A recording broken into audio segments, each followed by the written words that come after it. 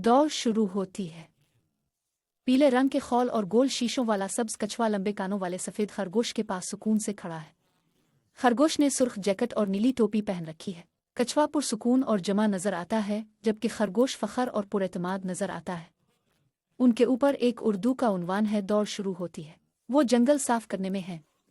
जंगल के दूसरे जानवर उन्हें देखने के लिए आसपास जमा हो गए हैं। एक गुलहरी दरख्त से छलांग लगाती है और खरगोश के ऊपर एक शाख पर उतरती है, इसे तफरी के साथ देखती है। एक हिरन दरख्त के पीछे से झांकता है, इसकी आंखें उम्मीद से फैली हुई हैं। एक परिंदा एक पत्ते पर बैठा है, इसका सर एक तरफ लटका हुआ है, गौर से देख रहा है। जैसे जैसे कहानी सामने आती है, हम सीखते हैं कि कछुआ और खरगोश कभी दोस्त थे, लेकिन खरगोश बातिल और तकब्बुर से मुतासिर कछुए को दौड़ में चैलेंज करता है, इस यकीन के साथ कि वो आसानी से जीत जाएगा। ताहम अक्लमंद और सब्र करने वाला कछुआ इस चैलेंज को कबूल करता है, ये जानते हुए कि दौड़ रफ्तार के बारे में नहीं है,